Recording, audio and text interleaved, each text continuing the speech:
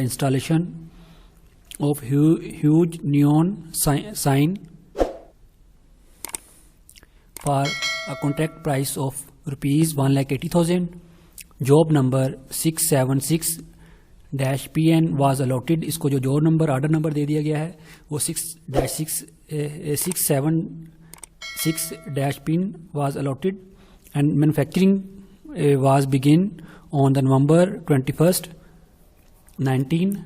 The cost are charged to the jobs periodically by means of the weekly summaries यानी following cost were related to job number 676-PN. ये उसकी cast दे दिया weekend November 23, November 30, December 7 and दिसंबर 14 को ये cast उसकी incurred हुई है.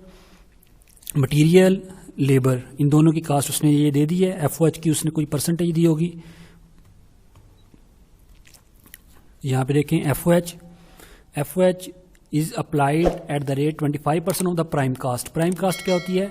Material और लेबर को ऐड करते हैं तो वो प्राइम कास्ट आ जाती है. तो मटेरियल और लेबर फर्स्ट वीक को ऐड करेंगे तो उसका 25% लेंगे तो फर्स्ट वीक का FOH आ जाएगा. इस तरह सेकंड वीक की प्राइम कास्ट ऐड करके उसका 25% लेंगे तो सेकंड वीक का, थर्ड वीक का और फोर्थ वीक का 25% वो FOH आ जाएगा. The job was completed on December 14 को कंप्लीट हो गई है. 20 selling price are applied to the job. Selling expense उसने दे दिए हैं. Are applied to the job at the rate 3% of the contract price. यानी कॉन्ट्रैक्ट प्राइस उसकी सेल प्राइस होती है, उसका 3% है. And administration expense at the rate 2% of the contract price. Contract price कितनी है इसकी? 1,80,000. 1,80,000 ये बेसिकली उसकी सेल प्राइस है. सेल प्राइस का हम 3% और 2% सेलिंग और एडमिनिस्ट्रेशन एक्सपेंस आ जाएंगे. रिक्वायरमेंट क्या है इसकी? रिक्वायरमेंट में prepare the job cost sheet containing above information. जो इन्फॉर्मेशन अवेलेबल है उसके मुताबिक आपने जॉब कास्ट शीट कैलकुलेट करनी है. इसका जो आंसर आएगा प्रॉफिट 26,250 प्रॉफिट आएगा. तो इसको हम सोल्व कर लेते हैं, देख लेते हैं इसको आपने कैसे करना है. तो इसको सोल्व करते हैं. यहाँ पे ये देखें 6-1 कंपनी का नेम है, ठीक है. Job cost sheet, consumer name, फिर डिस्क्रिप्शन, फिर उसके बाद जॉब नंबर आ गया, date started and date complete, किस डेट को कंप्लीट हुआ है. तो यहाँ पे वीकेंड इन 4 वीक है तो 4 वीक के मुताबिक मटेरियल और लेबर और FOH लगेगा. 23rd वीक था, फिर 30th नवंबर था, 7 दिसंबर एंड 14 दिसंबर. अब यहाँ पे ये मटेरियल का कॉलम है, एक हमने बना लिया, एक लेबर का कॉलम बना लिया, एक applied FOH at the rate 25% of the prime cost. तो एक FOH का कॉलम बना लिया. ये अकॉर्डिंग टू द डाटा हम उसके कॉलम आगे बना लेंगे. तो अब डाटा इस तरह का अवेलेबल था, हमने उस तरह के उसके कॉलम बना के उसकी कैलकुलेशन किया. मटीरियल फर्स्ट वीक का यहाँ पे क्वेश्चन में देखें ये दिया हुआ है 13,300, सेकेंड वीक का 24,800 एंड और इसके थर्ड वीक का 16,400 और फोर्थ वीक में 12,600. ये इसी तरह लेबर की वैल्यू दी हुई है. ये लेबर की वैल्यू हम लेबर के कॉलम में पुट कर लेंगे. तो यहाँ पे देखें ये मटेरियल की यहाँ पे इस तरह वर्टिकल शेप में उसने वैल्यू लिख ली है 13,300, 24,400, 16,400, 12,600. इस तरह लेबर की वैल्यू आ गई है यहाँ पे. अब यहाँ पे FOH कैसे कैलकुलेट करना है? आपने FOH कैलकुलेट करने के लिए ये फर्स्ट वीक का मटेरियल और फर्स्ट वीक की लेबर इन दोनों को ऐड करेंगे. ऐड करके इसका 25% लेंगे तो वो आ जाएगा FOH. यानी फॉर एग्जांपल अब इन दोनों को ऐड करके हम यहाँ पे सोल्व करके देख लेते हैं.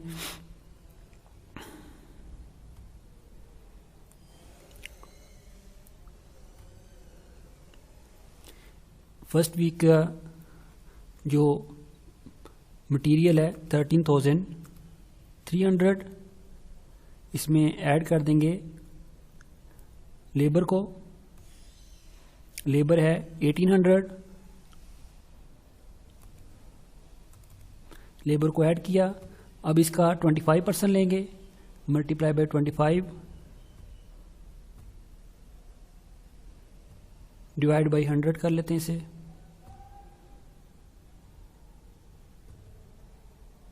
तो ये कितना आ गया 3775। तो यहाँ पे इस तरह इसकी वैल्यू कैलकुलेट हो गया। इस तरह सेकंड के लिए भी आपने इन दोनों को ऐड करके उसका 25% लेंगे, थर्ड के लिए भी 25% एंड फोर्थ के लिए भी 25%।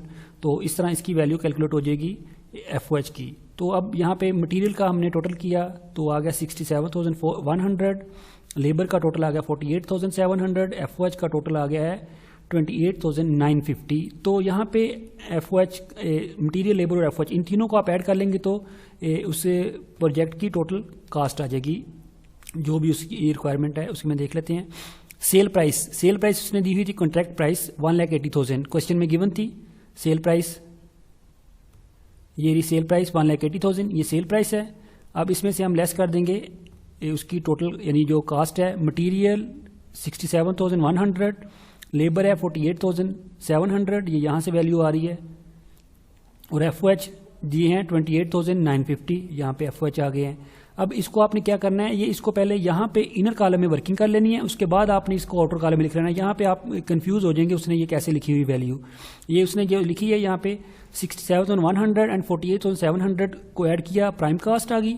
अब FOH आ गया, FOH 28,950, इसको ऐड किया तो टोटल मैन्युफैक्चरिंग कास्ट। अब ये टोटल जो मैन्युफैक्चरिंग कास्ट आई है इसको इसमें से ये आके लेस कर दिया है, तो 1,44,750 को 1,80,000 में से लेस किया तो ग्रॉस प्रॉफिट आ गया 35,250। तो आपने कोशिश करनी कि इसकी जो वर्किंग है वो इनर कॉलम में कर लेनी। इनर कॉलम में वर्किंग करेंगे तो आप ये इसकी कैलकुलेशन में कंफ्यूज नहीं होंगे। तो इनर कॉलम में एक वर्किंग करके उसका टोटल आप फिर आउटर कॉलम में लिख लेंगे यहाँ पे 1,44,750, तो इसमें से लेस करेंगे तो ग्रॉस प्रॉफिट आ जाएगा 35,250। ग्रॉस प्रॉफिट आ गया, इसमें से हम लेस कर देंगे ऑपरेटिंग एक्सपेंस। सेलिंग एक्सपेंस उसने 3% दिए हैं, administration expense 2% of the contract price यानी सेल प्राइस। यहाँ पे देख लें, ये सेलिंग एक्सपेंस 3% है और एडमिनिस्ट्रेशन एक्सपेंस 2%, कॉन्ट्रैक्ट प्राइस क्या है, सेल प्राइस 1,80,000। इस अमाउंट का हम 3% और 2% कैलकुलेट कर लेंगे, वो जो आएगा वो यहाँ पे हमने इनर कॉलम में ये वर्किंग करके उसको फिर हमने आउटर कॉलम में जाके ग्रॉस प्रॉफिट में से लेस कर दिया, तो नेट प्रॉफिट आ गया 26,250। तो उसने आंसर भी आई थिंक इतना ही दिया हुआ था, ये चेक फिगर में कितना है 26,250। तो इस तरह क्वेश्चन 1 कंप्लीट हो जाए जॉब कास्ट शीट का। सेकंड क्वेश्चन को देख लेते हैं। इसके सेकंड क्वेश्चन को रीड करते हैं।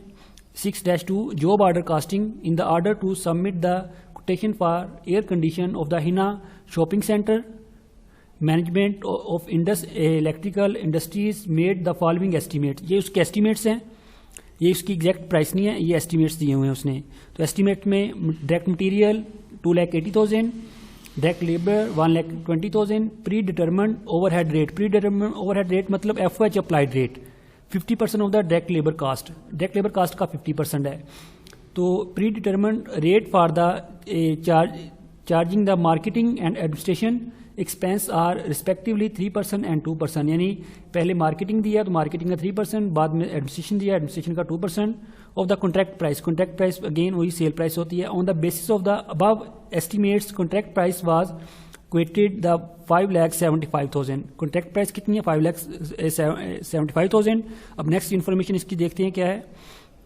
यहाँ पे ये देखिए नेक्स्ट इन्फॉर्मेशन में the quotation was accepted by the owner of the Hina shopping centre. उसने कोटेशन एक्सेप्ट कर लिया है and the order was finalised on the October 6, 20। Job number अब उसको ऑर्डर अलॉट कर देंगे, ऑर्डर का एक नंबर अलॉट कर देंगे 1617, यानी ये ऑर्डर नंबर है 1617 was assigned to the order and the work was started on the October 12, 20.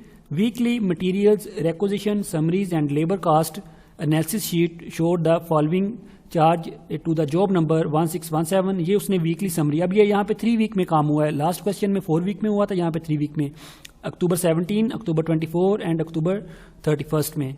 तो डायरेक्ट मटीरियल, डायरेक्ट लेबर और डायरेक्ट मटीरियल की ये कास्ट दे दी फर्स्ट वीक की और डायरेक्ट लेबर की ये कास्ट दे दी है फर्स्ट वीक की, सेकंड वीक की और थर्ड वीक की। ये इसी तरह इसकी ओवरऑल वीक की कास्ट दी हुई है। अब यहाँ पे नेक्स्ट देखते हैं उसने क्या पूछा हुआ है। The job was completed on the October 31। However, the time allowed for the completion of the job up to the November 4। November 4 तक उसने कंप्लीट करना है, तो ये आई थिंक जल्दी ही कंप्लीट कर लेगा। Prepare the job cost sheet बनाए जॉब नंबर 1617 के लिए। Assume that the job number 1617 was the only job worked on the during this period, यानी दिस जो पीरियड है उसके दौरान सिर्फ एक ही आर्डर उसने कंप्लीट किया, बाकी और कोई आर्डर उसने कंप्लीट नहीं किया। तो pass entry in the general journal from the record of the production and the sale of the job was accepted by the customer on the number 4 and the cash receive for the contract price. अब ये जो cell हुई है उसकी वो cash पे हुई है, वो उधार पे नहीं हुई। अगर उसने यहाँ पे कैश रिसीव ना किया होता तो इसका मतलब उसकी जो सेल्स होती उधार पे होती, उसकी जगह पे हम अकाउंट रिसीवेबल बना लेते।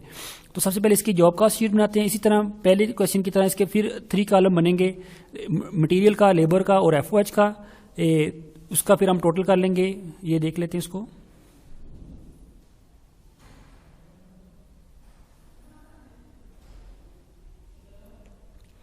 क्वेश्चन 2, कंपनी का नेम आ गया, job cost sheet number, job number आ गया, customer name, description, air condition बना रहे हैं, कब स्टार्ट हुआ, किस डेट को चाहिए, 4 नवंबर को, कंप्लीट कब कर लेता है, 31 अक्टूबर को कंप्लीट कर लेता है। अब यहाँ पे वीक वाइज ये देखें 19, ठीक है, अक्टूबर 7 को, 17 को, 24 को और 31 को। तो उसी तरह सेम वही कॉलम बने हैं। मटेरियल की कास्ट आ गई है फर्स्ट वीक के अंदर, सेकंड के अंदर, थर्ड वीक के अंदर। लेबर की कास्ट आ गया फर्स्ट, सेकंड और थर्ड के अंदर। अब यहाँ पे एफओएच उसने दे दिया था 50% होता डायरेक्ट लेबर, तो यहाँ पे 46,000 का ही 50% लेंगे। 46,000 का 50% 23,000 आ गया। तो आप इसका 50% कैलकुलेट कर सकते हैं यहां से जाके। 46,000 का 50% आपने कैलकुलेट करना है, तो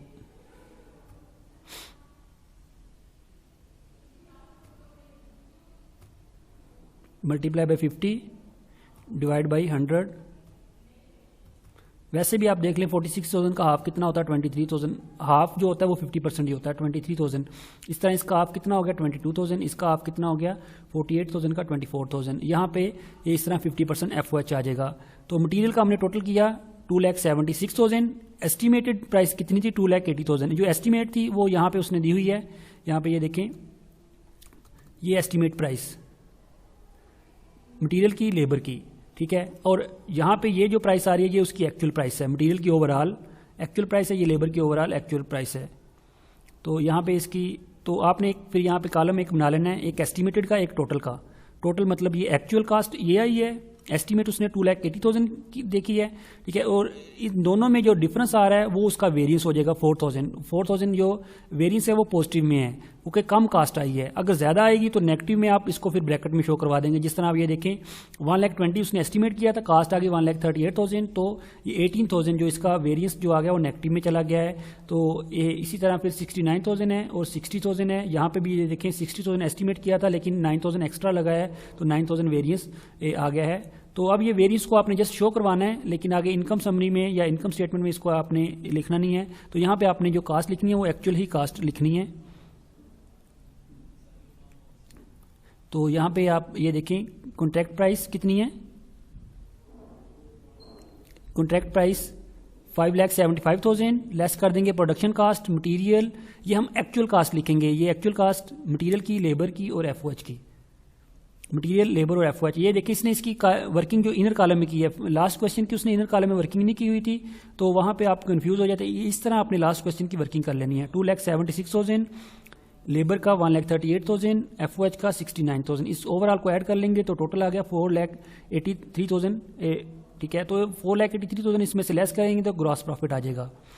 तो ग्रॉस प्रॉफिट कितना आ गया, 92,000। ग्रॉस प्रॉफिट में से हम लेस कर देंगे ऑपरेटिंग एक्सपेंस, वो दिए 3% है, 2% है।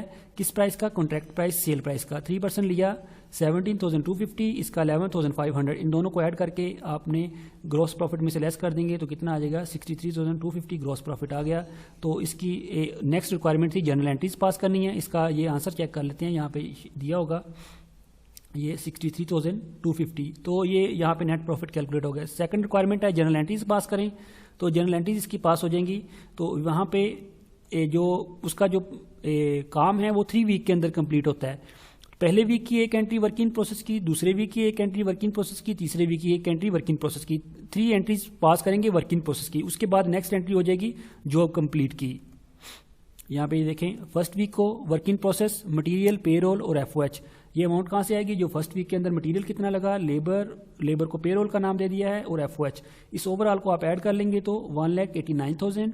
इस तरह सेकंड वीक के लिए आप कर लेंगे और थर्ड वीक के लिए एंट्री पास कर लेंगे, तो उसकी जो अमाउंट है फर्स्ट वीक में, सेकंड वीक वाली सेकंड वीक में, थर्ड वीक वाली थर्ड वीक में, टोटल करके आप यहाँ पे वर्किंग प्रोसेस में लिख देंगे।